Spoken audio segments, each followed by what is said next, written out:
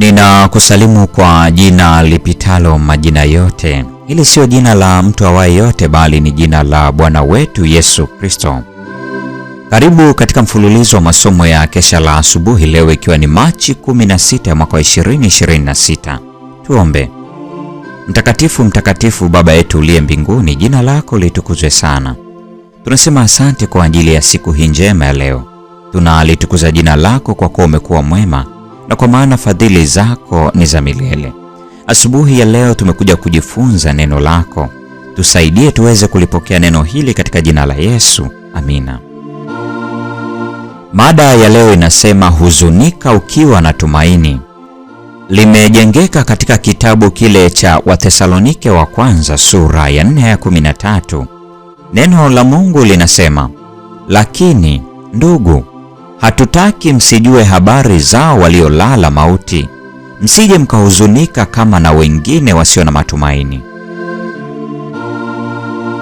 Kwa wale wanaoteseka ningesema, iweni na tumaini jema katika tumaini la asubuhi ya ufufuo. Maji ambayo mmekuwa mkiyanywa ni machungu katika maonjo yenu, kama yalivyokuwa maji ya Mara kwa wana wa Israeli jangwani. Lakini Yesu anaweza kuyafanya kuwa matamu mno kwa upendo wake. Mungu ametoa zeri kwa kila jeraha. Kuna zeri katika Gileadi, kuna tabibu huko. Je, hautajifunza maandiko sasa kuliko ambavyo umewahi kujifunza hapo kabla? Mtafute Bwana kwa ajili ya hekima katika kila dharura. Katika kila jaribu na matatizo, mwombe Yesu akuoneshe njia ya kutokea.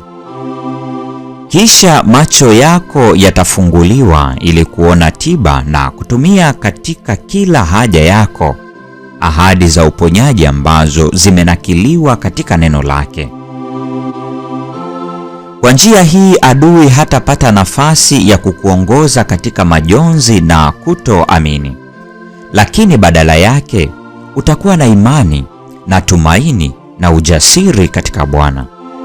Roho Mtakatifu atakupatia utambuzi dhahiri ili uweze kuona na kupokea kila baraka ambayo itatenda kama tiba kwa huzuni, kama tawi la uponyaji katika kila funda la uchungu lililowekwa midomoni mwako.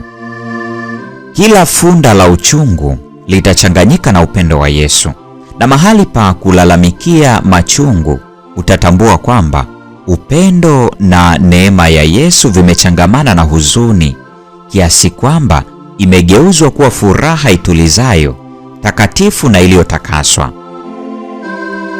Wakati Henry White, kijana wetu mkubwa, alipokuwa anakufa, alisema, kitanda cha maumivu ni mahali pazuri mno kunapokuwa na uwepo wa Yesu. Pale tunapolazimika kunywa maji machungu, geuka mbali na machungu hata kuyafikia yale ya thamani na ya kupendeza. Katika majaribu, neema inaweza kuipatia nafsi ya mwanadamu uhakika, na tunaposimama katika kitanda cha karibiaye kufa na kuona jinsi Mkristo anavyoweza kuvumilia mateso na kupita katika bonde la uvuli wa mauti, tunakusanya nguvu na hatushindwi wala hatukati tamaa katika kuziongoa roho kwa Yesu.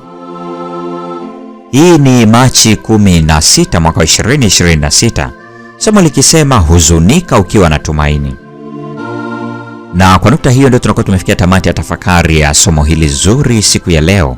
Neema ya Bwana wetu Yesu Kristo, pendo la Mungu na ushirika wa Roho Mtakatifu dumu kuwa pamoja nasi sasa na hata milele. Amina.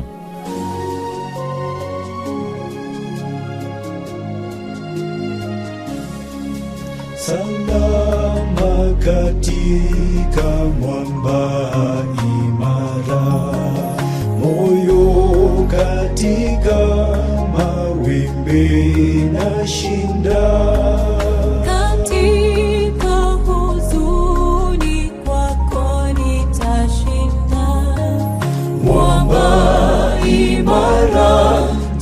Tajificha kwako, ndani yako, ndani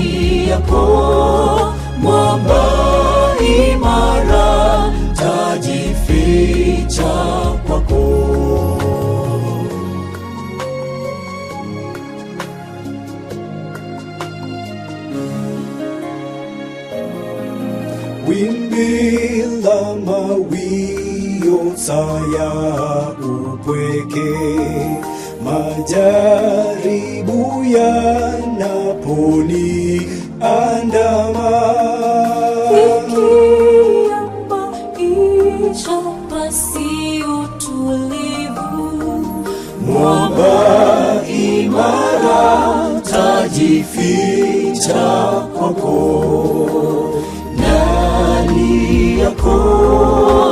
Ndani yako mwamba imara tajificha kwako. Ndani yako mwamba imara tajificha kwako. Kila mara mwovu akinitisha, mafichoni hofu yote hutoweka. changamoto zikivuma na kutisha, Mwamba imara tajificha kwako. Ndani yako mwamba imara tajificha kwako. Ndani yako mwamba imara tajificha kwako. Ndani yako mwamba imara tajificha kwako.